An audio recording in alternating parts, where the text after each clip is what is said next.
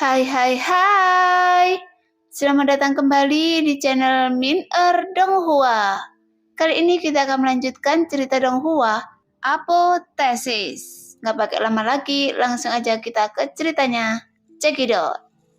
Namun berita tentang Lo Sheng yang diam-diam meninggalkan wilayah tengah dikontrol secara ketat oleh aliansi bisnis dunia. Sekarang semua pejuang di wilayah tengah, selama mereka memiliki pikiran yang jernih, mereka telah memahami bahwa aliansi bisnis dunia telah dengan kuat mengendalikan dominasi wilayah tengah. Dan aliansi bisnis dunia sekarang menjadikan Lo Sheng sebagai pemimpinnya. Faktanya, setelah Lo Sheng mengalahkan Cui Shi, pola ini telah terbentuk. Sehingga beberapa sekte besar kelas 4 lainnya telah belajar untuk diam secara kolektif. Karena mereka tidak memiliki keberanian dan kekuatan untuk bersaing dengan aliansi bisnis dunia. Dan saat Lo Sheng memimpin sekelompok orang super kuat yang muncul entah dari mana, dan dengan mudah membunuh orang kuat kerajaan dewa. Jadi sekte kelas 4 seperti tebing kayu darah, Pavilion Xuan Yin dan sekte gunung hitam, hanya saja mereka memilih untuk menyerah. Lagi pula, Lo Sheng tidak punya niat untuk mendirikan kerajaan dewa. Jika dia benar-benar berencana untuk mendirikan kerajaan dewa, menggabungkan semua sekte dan menggabungkan pengaruh Yundian dan aliansi bisnis dunia, maka siapa di wilayah tengah yang dapat menolaknya sekarang? Karena tidak peduli apapun, pengaruh Lo Sheng telah menjadi tanda di wilayah tengah. Inilah sebabnya aliansi bisnis dunia akan merahasiakan keberadaan Lo Sheng. Selama dia ada di sini, itu juga akan memberikan pengaruh yang besar bagi kerajaan Dayu untuk mengambil tindakan.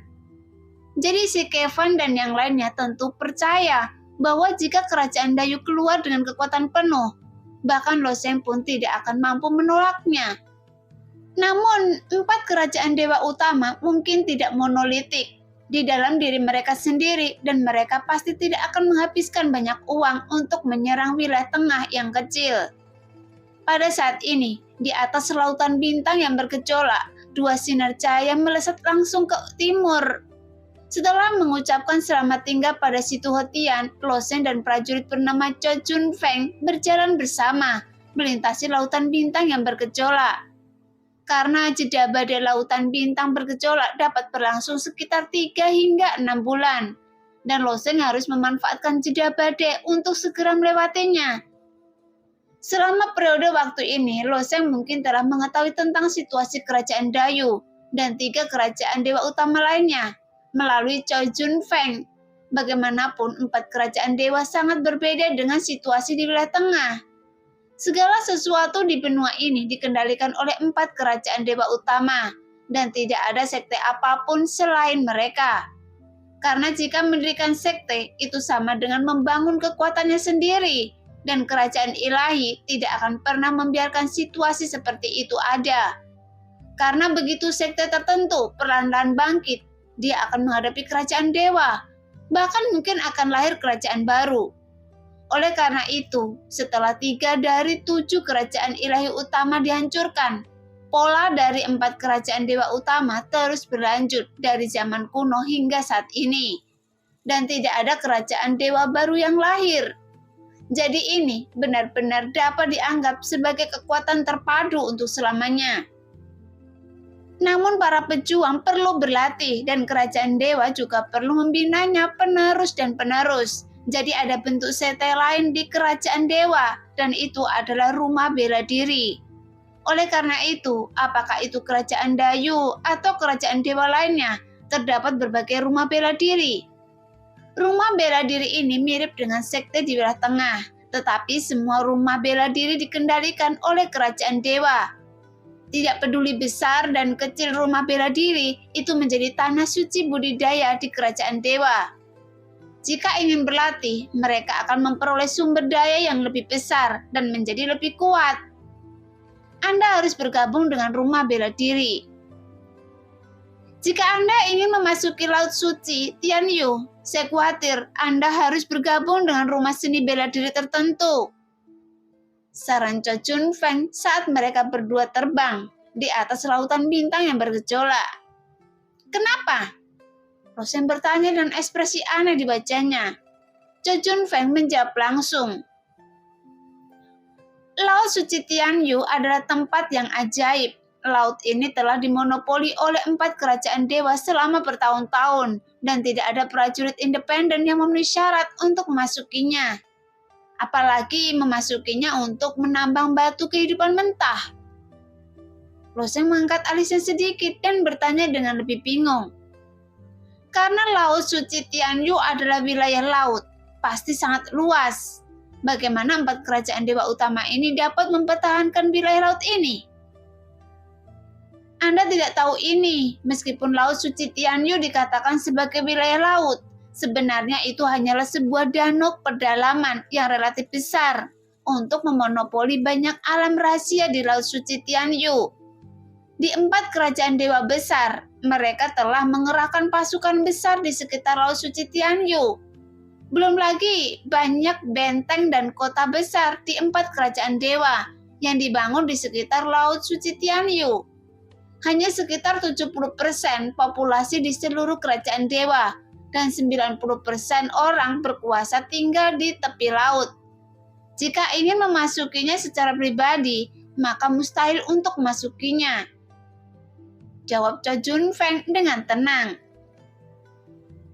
Setelah ditanami tanda Buddha, Cho Jun Feng tidak akan menipu Lo Sheng. Lo Sheng bahkan dapat merasakan apa yang dipikirkan Cho Jun Feng di benaknya, dan secara alami dapat mengidentifikasi bahwa apa yang dikatakan itu benar. Jadi ini memang agak merepotkan. Menurut rencana Lo Sheng, dia ingin menyelinap ke Laut Suci Tianyu. Jika dia bisa menggali batu kehidupan di alam rahasia Yu Huang, dia bisa langsung pergi setelah mendapatkannya dan kemudian mencari kesempatan untuk kembali ke wilayah tengah. Tapi sekarang sepertinya memasuki Laut Suci Tianyu adalah masalah besar. Apakah bergabung dengan rumah bela diri memiliki kualifikasi untuk memasuki Laut Suci Tianyu? Lo Sheng bertanya lagi. Cho Jun Feng tersenyum tipis. Setiap tahun, 4 kerajaan dewa utama mengirim orang untuk memasuki Laut Suci Tianyu, dan ada 4 alam rahasia di Laut Suci Tianyu, yaitu alam rahasia Kaisar Bulu, alam rahasia Kaisar Dewa, alam misterius mimpi, dan yang terakhir, alam rahasia Tianchen. Lo Sheng mengangguk sedikit. 4 kerajaan dewa utama dapat berkembang hingga saat ini. Setiap kerajaan dewa memiliki sejumlah kekuatan alam laut dewa. Agaknya sumber daya di alam rahasia ini tidak akan berkurang. Saya khawatir mereka tidak akan seburuk itu. Seperti yang ada di benua naga laut, Menara Dosa berbeda dengan Gua Xuanming. Namun yang paling dikhawatirkan Lo Sheng adalah alam rahasia Kaisar Bulu. Bagaimanapun, alam rahasia Kaisar Bulu ini adalah tujuan perjalanan Lo Sheng. Jika dia mendapatkan cukup batu kehidupan di alam rahasia Kaisar Bulu, dia dapat kembali ke rumah. Kemudian, Cho Jun Feng melanjutkan. Jika Anda ingin memasuki 3 alam rahasia pertama, Anda harus bergabung dengan rumah bela diri tertentu. Setidaknya rumah bela diri itu harus kelas 5 atau lebih tinggi. Semua rumah bela diri kelas 5 ke atas di 4 kerajaan dewa besar akan memiliki beberapa kuota. Saya pikir untuk masuki alam rahasia Yu Huang, Anda harus mendapatkan kuota ini. Bagaimana cara mendapatkan tempat di istana bela diri? Lo Sheng bertanya lagi. Cho Jun Feng berkata langsung, bergabunglah dengan Wu Mansion dan jadilah prajurit terbaik di Wu Mansion. Lo Sheng sendiri masih agak menolak untuk bergabung dengan rumah seni bela diri lainnya. Sama seperti ketika dia pergi ke Menara Dosa, ras manusia dari Tanah Suci Hati Ungu mengundangnya untuk bergabung. Tetapi Lo Sheng menolaknya. Tapi Lo Sheng adalah orang yang bernostalgia. Meskipun dengan kekuatannya saat ini, Yundian sudah tidak dapat lagi menampungnya.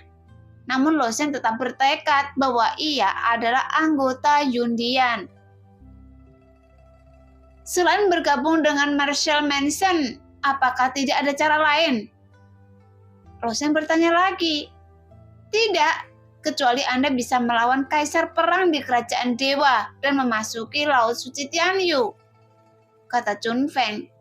Dan kemudian dia memandang Lo Sheng dengan aneh. Dengan kekuatan Anda, bergabunglah dengan Martial Monson dan bersaing untuk mendapatkan. Dan dengan kekuatan Anda sekarang, seharusnya tidak sulit. Sebelum pergi ke wilayah tengah, Cho Chun Feng juga mendengar misteri Wuxin menyebut Lo Sheng. Dan Master Wuxin memberitahu mereka bahwa seorang super jenius muncul di wilayah tengah yang jauh lebih kuat daripada para jenius tingkat dewa di kerajaan dewa mereka. Dengan budidayanya di alam tingkat tengah alam kesengsaraan Void, dia telah membunuh prajurit di alam hidup dan mati tingkat keempat. Sebenarnya, bukan hal yang aneh untuk membunuh seorang pejuang di alam pil ilahi dengan kekuatan alam dewa penerangan, karena banyak jenius tingkat dewa yang dapat melakukannya. Namun saat para pejuang berlatih, semakin jauh mereka mencapai tahap selanjutnya, semakin besar rentang kekuatan mereka. Oleh karena itu, agak sulit dipercaya untuk membunuh orang kuat di alam hidup dan mati tingkat keempat dengan kekuatan tahap tengah dari alam kesengsaraan kekosongan. Cho Chun Feng sendiri adalah orang yang kuat di alam hidup dan mati. Setiap kali dia selamat dari bencana hidup dan mati, dia merasa seolah-olah terlahir kembali sebagai orang yang kuat. Tapi Lo Sheng dapat melintasi level untuk menantang orang yang kuat di alam hidup dan mati. Jadi bisa dibayangkan bakat jahat apa yang dia miliki Lo Sheng. Setelah Lo Sheng memikirkannya, dia merasa lega. Itu hanya tindakan sementara untuk bergabung dengan rumah seni bela diri lainnya. Bagaimanapun kehidupan Ning Yudi masih menjadi hal yang paling penting sekarang. Jadi Lo Sheng memutuskan bahwa setelah memasuki kerajaan dewa, pertama-tama dia akan menemukan rumah seni bela diri, karena tidak mungkin baginya untuk benar-benar bertarung melawan kaisar perang di Laut Suci Tianyu. Saat Lo Sheng sedang berpikir dalam benaknya, pusaran air besar tiba-tiba muncul di lautan di depannya. Meskipun badai yang mengamuk di Laut Bintang berhenti, namun masih ada gelombang yang bergulung-gulung seperti gunung di kawasan laut ini. Ketika pusaran itu muncul, lebih dari selusin gelombang mirip gunung berputar menjauh. Pusaran air yang sangat besar. Pusaran di lautan bintang ini hampir 1/10 luas domain tengah. Sehingga busa putih yang tak terhitung jumlahnya muncul di tepi pusaran dan bagian tengahnya masih mempertahankan warna biru air laut. Tetapi pada dasar pusaran air sudah gelap gulita, seolah dasar pusaran air ini bisa menuju neraka. Setelah Cho Chun Feng melihat pusaran air besar ini, ekspresinya tiba-tiba berubah dan dia berkata dengan cepat, "Cepat, terbang ke langit." Meskipun dia diperbudak oleh Lo Sheng, dia masih memiliki pemikirannya sendiri. Dia tidak bisa menolak perintah Lo Sheng, tetapi dia masih takut mati. Melalui segel budak, Lo Sheng dapat merasakan perasaan batin Chon Ju Feng. Selain itu, momentumnya sangat besar saat ini. Tampaknya beberapa monster ganas telah lahir. Jadi tubuh Lo Sheng bergoyang dan mengikuti Cho Chun Feng menuju langit. Bagaimanapun, luas lautan di dunia ini jauh melebihi daratan, dan jumlah binatang buas di lautan ribuan kali lebih banyak dibandingkan makhluk di darat. Lagi pula, manusia bukanlah satu-satunya penguasa di dunia. Bahkan di benua naga laut pun terdapat berbagai banyak ras kuat. Di bawah lautan, berbagai ras bawah laut dan binatang buas berlimpah, dan lautan luas memberi makhluk-makhluk ini sumber daya yang lebih kaya untuk berkembang. Sama seperti ketika Lo Sheng pertama kali memasuki makam abadi Tianmo. Dia juga bertemu dengan binatang buas tingkat tinggi yang sebanding dengan alam hidup dan mati. Dan lokasi makam abadi Tianmo tidak terlalu jauh dari wilayah tengah. Adapun di tengah lautan bintang yang bergejolak, terdapat binatang buas yang sebanding dengan makhluk perkasa di alam laut dewa. Dan bahkan makhluk yang lebih kuat daripada makhluk perkasa di alam laut dewa. Tepat ketika Lo Sheng dan Cho Chun Feng mengangkat tubuh mereka ke atas, bayangan hitam besar tiba-tiba muncul dari bawah pusaran. Kemudian suara aliran air yang deras datang, sehingga Lo Sheng dapat melihat makhluk besar muncul dari air dan melompat ke langit. Apa ini? Melihat makhluk besar ini, Lo Sheng juga menunjukkan sedikit kengerian di wajahnya, karena ukuran binatang buas ini mungkin tidak lebih kecil dari kalajengking ganas di bawah Gua Xuanming. Tapi sekarang, Lo Sheng berada di lautan bintang yang ganas. Dibandingkan dengan lautan luas, tidak terlalu mengejutkan seperti melihat kalajengking ganas di Gua Xuanming. Namun tingkat bahayanya hanya bisa lebih tinggi, bukan lebih rendah. Ini adalah binatang bermata air yang menelan tawanan. Dengan ukurannya yang besar sekali, ada 4 di antaranya di lautan bintang yang ganas. Jika kita harus terus naik, benda ini bisa mencapai ketinggian ratusan ribu kaki saat ia melompat naik. Zhao Junfeng sangat enggan menjawab pertanyaan Lo Sheng, karena sangat penting untuk melarikan diri sekarang. Tetapi dia harus menjawab pertanyaan Lo Sheng. 4? Apakah Anda tahu ini? Meskipun mentalitas Lo Sheng lebih tenang dan tidak setakut Zhao Junfeng, tentu saja dia masih terus terbang ke atas. Tentu saja, semua orang di kerajaan dewa tahu bahwa 4 kerajaan besar Tuhan pernah bersatu dengan banyak kekuatan besar di alam laut dewa, dan bahkan memasuki lautan bintang yang bergejolak untuk menangkap anak dari binatang bermata air ini. Kemudian, salah satu binatang bermata air ini menjadi marah dan membunuhnya sepanjang jalan. Setelah bergegas ke daratan kerajaan dewa dan mengubah sepertiga wilayah kerajaan ilahi Dayu menjadi reruntuhan, dia kembali ke lautan. Zhao Junfeng menjelaskan. Mendengar ini, Lo Sheng terdiam. Para prajurit dari 4 kerajaan dewa utama ini benar-benar gila. Binatang buas tingkah seperti itu jelas bukan sesuatu yang bisa dilawan oleh alam laut dewa. Tapi mereka benar-benar berani memasuki lautan bintang yang kejam untuk menangkap anak-anaknya.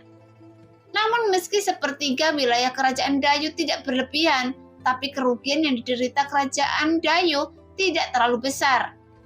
Seperti yang dikatakan Zhao Junfeng sebelumnya, 4 kota penting kerajaan ilahi semuanya dibangun di sekitar Laut Suci Tianyu di tengah-tengah kerajaan dewa. Sehingga lingkaran yang mengelilingi Laut Suci Tianyu adalah tempat yang sangat makmur. Dan setiap orang di kerajaan dewa menempati 1/4 garis pantai Laut Suci Tianyu. Namun di pinggiran kerajaan dewa pada dasarnya terdapat daerah berpenduduk yang jarang. Bahkan jika sepertiga wilayahnya hancur, kerusakan kerajaan ilahi Dayu tidak akan terlalu besar. Tapi ini juga menunjukkan bahwa para pejuang dari 4 kerajaan dewa utama bahkan lebih gila dan serakah. Sejak saat itu, selama binatang bermata biru air menemukan jejak manusia, mereka akan melompat keluar dari air dan menyerang tanpa ragu-ragu. Setelah binatang besar bermata biru air ini benar-benar meninggalkan air, ia bergegas menuju Lo Sheng dan keduanya. Naik lagi, kata Junfeng cemas. Lo Sheng dan sosoknya terus meningkat dan segera menembus awan dan terbang ke atas menuju langit yang dalam. Bisakah binatang itu melompat begitu tinggi? Awan tebal menghalangi pandangan di bawah dan Lo Sheng melihat ke bawah dan bertanya dengan kosong. Begitu Lo Sheng selesai berbicara, dia melihat benda besar itu menembus awan dan terus mengejar Lo Sheng dan yang lainnya. Tubuh besar itu mengganggu aliran udara dan bahkan membuka lubang besar di awan tebal. Orang baik, teruslah bangkit. Lo Sheng tidak ragu sama sekali. Saat Lo Sheng terus naik, dia tiba-tiba melihat masa angin besar bertiup ke arah mereka. Itu Gang Feng. Angin kencang itu bukannya tidak berwarna dan tidak terlihat. Ada benang emas yang bertatahkan di sekelilingi angin kencang, dan inilah angin kencang konvektif di angkasa luar. Konon bisa mencengkik dan menghancurkan materi apa yang ada di dalamnya. Tapi Lo Sheng telah melihat Gang Feng ini lebih dari sekali. Karena untuk melatih tubuh bintang, dia harus menggunakan gravitasi bintang untuk melayangkan kekuatan fisik Anda miliaran mil jauhnya. Dan Lo Sheng harus melewati lapisan Gang Feng ini setiap kali dia berlatih. Tapi di masa lalu, itu hanya persepsi Lo Sheng tentang perjalanan waktu. Tapi kali ini adalah kehadiran tubuh fisik. Jika benar lapisan Gang Feng ini hampir dapat menghancurkan segalanya, bahkan jika Lo Sheng memiliki tubuh senjata abadi bermutu tinggi, dia mungkin tidak dapat menolaknya. Jadi untuk menghadapi kelompok angin Gang Feng yang besar ini, Lo Sheng memutar sosoknya, menggambar busur yang menakjubkan di udara dan membuat lompatan cepat menuju arah angin lapisan Gang Feng. Ketika Cho Jun Feng melihat ini, dia mengikutinya dari dekat. Faktanya dari sudut pandang Cho Jun Feng, dia berharap Lo Sheng akan dicekik oleh angin kencang ini, karena tidak ada yang mau menjadi budak orang lain, sehingga dia bahkan tidak bisa mengendalikan hidupnya sendiri. Apalagi itu dia adalah orang kuat tingkat 5 di alam hidup dan mati. Tapi dia tidak berani memikirkan ide seperti itu. Lagi pula, Lo Sheng mengendalikan segalanya tentang dirinya, bahkan memiliki kekuatan untuk mengambil nyawanya kapan saja. Dengan refleksi yang begitu tajam, Lo Sheng menghindari angin kencang di langit. Pada saat yang sama, binatang besar bermata biru air itu jatuh ke atas, dan angin kencang yang dahsyat menghantam bagian belakang binatang buas itu, sehingga punggung binatang pemakan air itu tiba-tiba penuh dengan daging dan darah yang berceceran seperti air terjun besar. Pada saat yang sama, binatang bermata biru itu menatap Lo Sheng dan Cho Jun Feng dengan matanya yang besar. Kemudian dia menundukkan kepalanya dan jatuh ke dasar awan. Untungnya binatang bermata biru air ini tidak bisa terbang. Ia hanya berlari dengan kekuatan satu lompatan. Jika binatang raksasa ini bisa terbang, saya khawatir nyawa Lo Sheng dan Cho Jun Feng tidak akan bisa terselamatkan.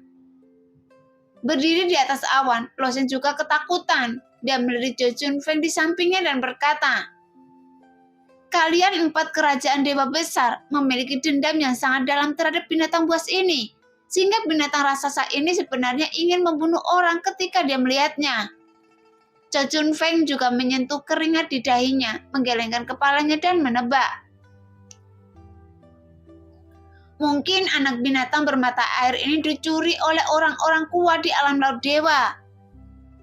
Pada saat ini, darah binatang buas yang terpotong oleh angin kencang itu seperti air terjun, bergoyang di langit sehingga banyak tetesan darah telah menyatu ke dalam awan yang membuat sekelompok besar awan berwarna darah muncul di depan Lo Sheng. Jika lapisan awan ini melayang ke wilayah tengah atau kerajaan dewa, kemungkinan besar akan menjadi hujan berdarah. Saya pikir lebih baik bergerak di sepanjang puncak awan, saran Lo Sheng. Meskipun badai kerusuhan di Laut Bintang telah berhenti untuk sementara, namun tetap saja penuh bahaya. Tapi di atas awan itu bahkan lebih berbahaya. Cho Jun Feng menunjukkan sedikit ketakutan di wajahnya. Apakah ada bahaya di atas awan? Mata Lo Sheng melonjak. Tepat ketika Lo Sheng selesai berbicara, senyum masa muncul di wajah Cho Jun Feng. Bicaralah tentang bahaya dan bahaya akan datang. Ayo cepat, kita akan lebih aman di bawah awan. Pada saat ini, di kerajaan lautan awan yang luas, ada beberapa bayangan hitam yang tidak menentu terbang ke arah ini. Meskipun terlihat sangat buram, mereka masih dapat mengidentifikasi bahwa mereka adalah burung ganas yang berukuran besar. Meski mereka tidak mengetahui kekuatan burung ganas ini, tapi itu bukanlah sesuatu yang bisa mereka lawan. Jadi setelah keduanya berhenti berbicara, mereka langsung terjun ke lautan awan. Kembali ke dasar lautan bintang yang ganas dan terus terbang menuju daratan kerajaan dewa. Di atas ombak besar lautan bintang yang bergejolak, terdapat noda besar darah merah cerah. Dan tak perlu dikatakan lagi, ini pasti ditinggalkan oleh binatang yang menelan air tadi. Kemudian selama perjalanan ini, Lo Sheng juga menemui banyak bahaya.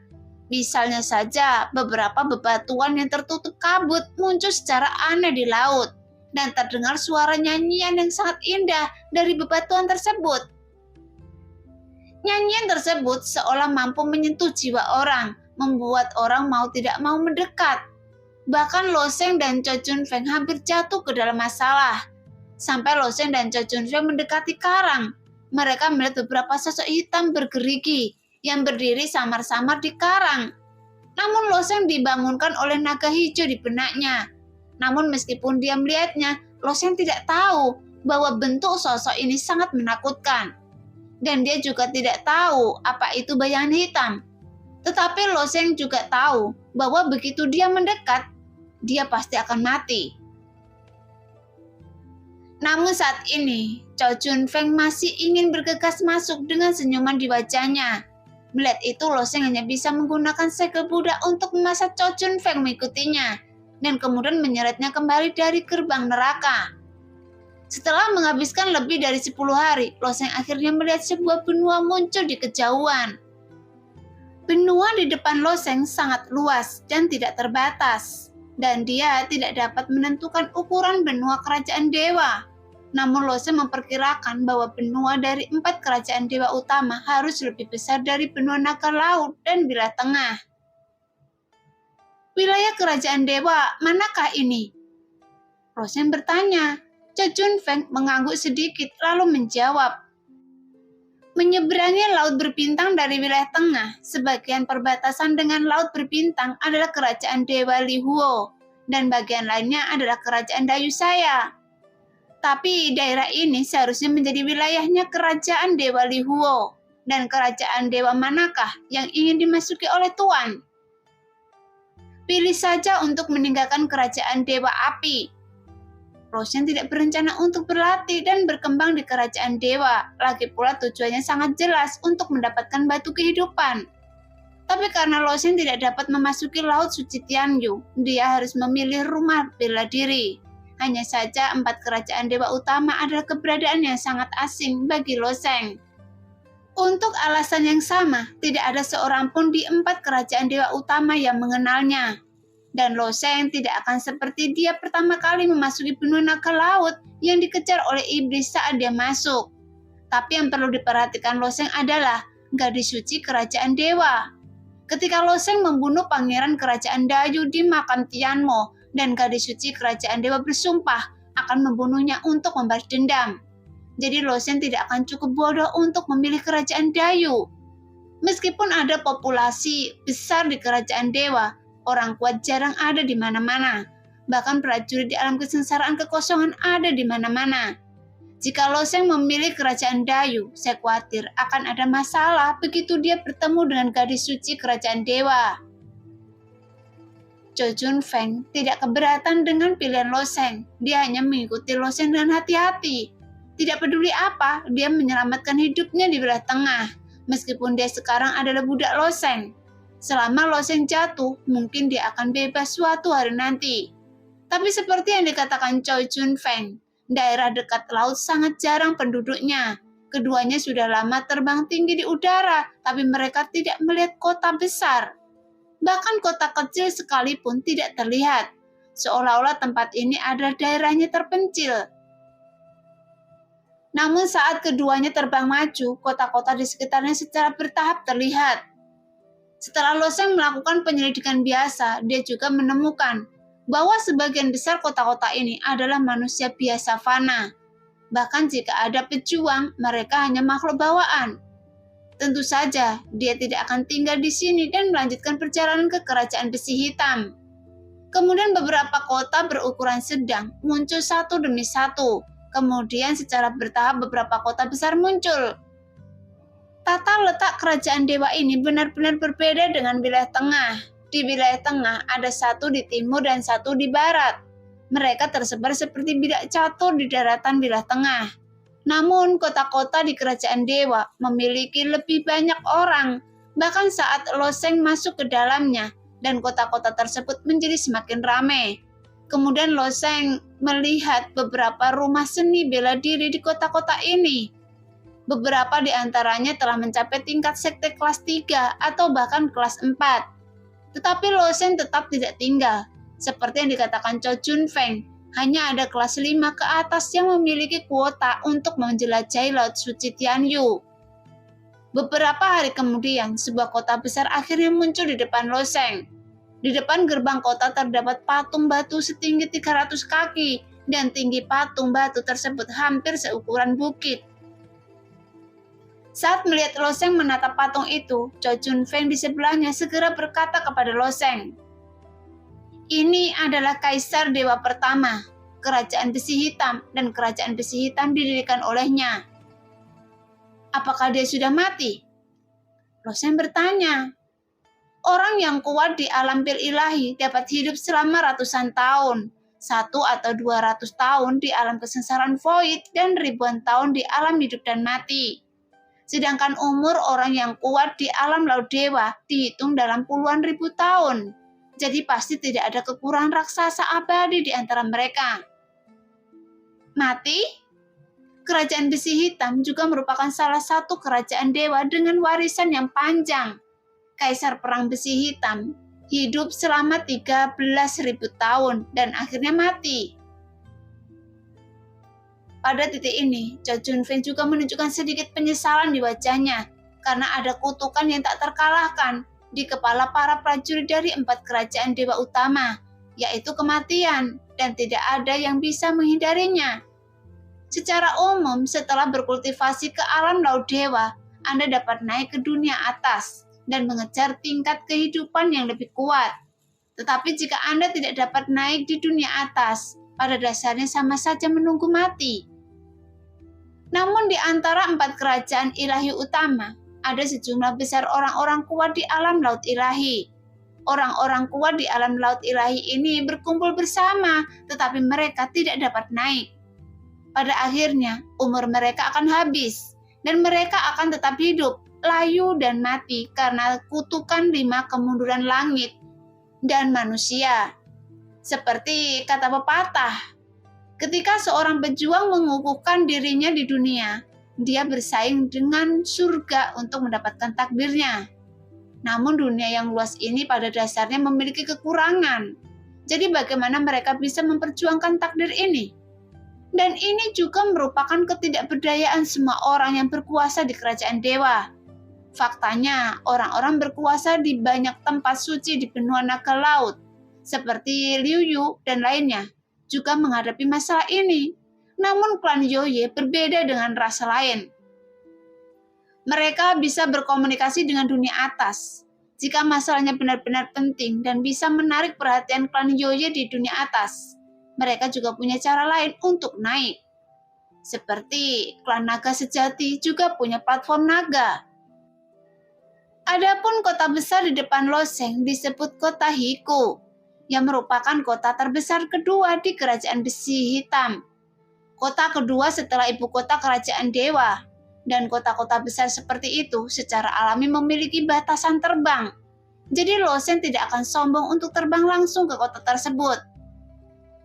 Baru setelah Lo Sheng memasuki kota Hehu, dia merasakan temperamen kerajaan dewa.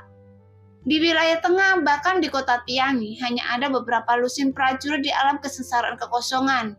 Meskipun jumlah total manusia fana dan prajurit di kota kiamat yang mencapai ratusan juta. Jadi rasio ini sangat kecil. Tapi tidak lama setelah Lo Sheng memasuki kota Hihu, dia bertemu dengan 2 atau 3 prajurit rel kesengsaraan kekosongan satu demi satu. Dilihat dari proporsinya saja, mereka mungkin tidak lebih dari kota Tiangmu. Tetapi jumlah absolutnya jauh lebih tinggi. Istana Gyeoksuanwu di kota Hiku memiliki kekuatan sekte kelas 6. Itu juga merupakan istana seni bela diri yang terkenal di antara 4 kerajaan besar. Dengan kekuatan dan kultivasi Anda saat ini, Anda seharusnya bisa bergabung dengannya. Cho Chun Feng berkata kepada Lo Sheng. Lo Sheng mengangguk, tetapi masih memiliki beberapa keraguan. Ketika Martial Mansion merekrut murid, bukankah umumnya ditunjukkan pada prajurit tingkat rendah? Lagi pula, sebelumnya sekte King Yun di wilayah tengah merekrut murid, biasanya untuk pemula. Bahkan Istana Awan tidak dapat merekrut murid dari alam pil ilahi. Sekte besar itu bahkan sangat menjijikkan bagi pejuang independen. Lagi pula, setelah mereka berhasil dalam budidaya diri, memang sulit untuk tetap setia saat bergabung dengan sekte lain. Cho Chun Feng menggelengkan kepalanya dan tersenyum. Tuan, Anda terlalu khawatir. Kerajaan dewa sangat berbeda dari wilayah tengah Anda. Di kerajaan dewa, selama Anda berada di dalamnya, meskipun Anda adalah anggotanya dari rumah bela diri, Anda juga dianggap sebagai anggota kerajaan. Karena rumah bela diri tidak ingin melatih muridnya sendiri, itu hanya untuk membantu kerajaan dewa melatih mereka. Pada saat ini, Loseng membandingkan rumah bela diri dengan sekte, tetapi kenyataannya dia harus membandingkan sekte dengan kerajaan dewa. Misalnya ya, jika Yundian setara dengan kerajaan dewa, maka rumah bela diri hanya bisa setara dengan aula elit di dalam Yundian. Dan ini juga bukan kekuatan sekte yang independen. Jadi semua sumber daya di rumah bela diri diberikan langsung oleh kerajaan dewa. Sekalipun Loseng menyebut dirinya pejuang mandiri, pemerintah seni bela diri tidak menganggap Loseng sebagai pejuang mandiri. Mereka juga akan menganggap Loseng sebagai anggota kerajaan dewa. Jadi apakah dunia sebesar kerajaan? Karena saat Loseng memasuki kerajaan Tuhan, dia dianggap sebagai anggota kerajaan besi hitam. Bagaimana dia bisa mandiri? Saat ini, Loseng akhirnya mengerti. Setelah bertanya beberapa saat, mereka bertanya tentang jalan menuju rumah Gyo Xuanwu, dan Loseng serta Cho Jun Feng langsung pergi. Sekarang dia tidak bisa terbang dan hanya bisa berjalan kaki. Saat dia melewati jalan, Loseng melihat tembok kota merah tinggi yang dibangun di sisi kanan. Kemudian ada suara samar ombak datang dari luar tembok kota, dan dia masih bisa mencium bau asinnya air laut. Di sini masih bau air laut. Mungkinkah? Loseng masuk jauh ke dalam kerajaan dewa dan jauh dari lautan bintang yang ganas. Jika ada air laut di luar tembok kota, kemungkinan besar itu adalah laut suci Tianyu. Cho Jun Feng segera mengangguk dan berkata, Tuan menebak dengan benar. Dipisahkan oleh tembok ini adalah laut suci Tianyu. Tapi seberapa misterius laut suci Tianyu ini? Bahkan jika saya tidak diizinkan memasuki laut suci Tianyu, tidak bisakah saya melihatnya? Loseng bahkan lebih bingung. Melihat Loseng seperti ini, Cho Jun Feng tidak terkejut. Dia hanya tersenyum dan berkata, Laut suci Tianyu melibatkan dominasi 4 kerajaan dewa utama. Laut dalam ini adalah tanah terlarang mereka. Prajurit biasa memang tidak bisa melihatnya. Dan Anda juga tidak, bahkan saya juga tidak punya kualifikasi ini untuk melihatnya. Bagaimana jika Anda melihatnya?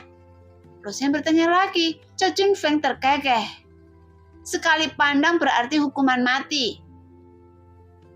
Nah, demikianlah cerita hari ini. Terima kasih yang sudah menonton video Min Earth sampai selesai. Sampai jumpa di video selanjutnya. Bye-bye.